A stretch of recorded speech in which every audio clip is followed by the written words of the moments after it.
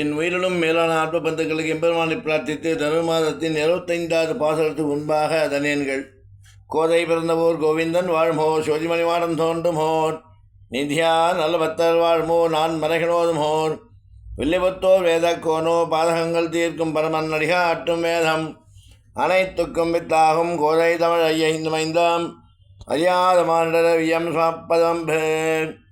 ஒருத்தி மகனாய் பிறந்தோர் இரவேல் ஒருத்தி மகனாய் ஒழித்து வளர தரிக்கானாகி தாங்கு திங்கு நெளித்த கருத்தை பிறப்பித்த கஞ்சன் வயிற்றில் நிறப்பெண்ண நின்று நடுமாகாலே உன்னை அரித்தித்து வந்தோம் பல சருதியாகில் தெரு தக்க செல்வோம் சேவவும் யாம் பாடி வருத்தமம் தீர்ந்து மகிழ்ந்தேலோரின் பாவாய்.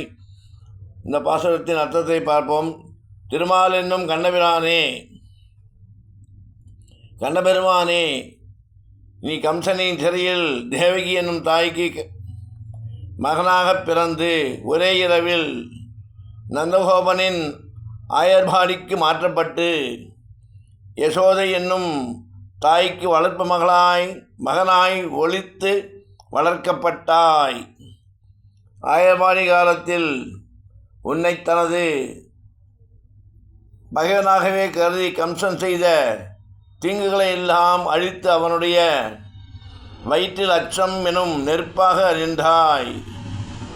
நெடுமாலே, உன்னை வேண்டி வந்திருக்கும் நோக்கமாகிய பறை எங்களுக்கு தருவானாயில் எங்கள் வருத்தமெல்லாம் தீர்ந்து நீங்கி உனது செல்வப்புழையும் அருள் செயல்களையும் பாடி நாங்கள் மகிழ்ந்திருப்போம் என்பது இந்த பாசுரத்தின் அர்த்தம்.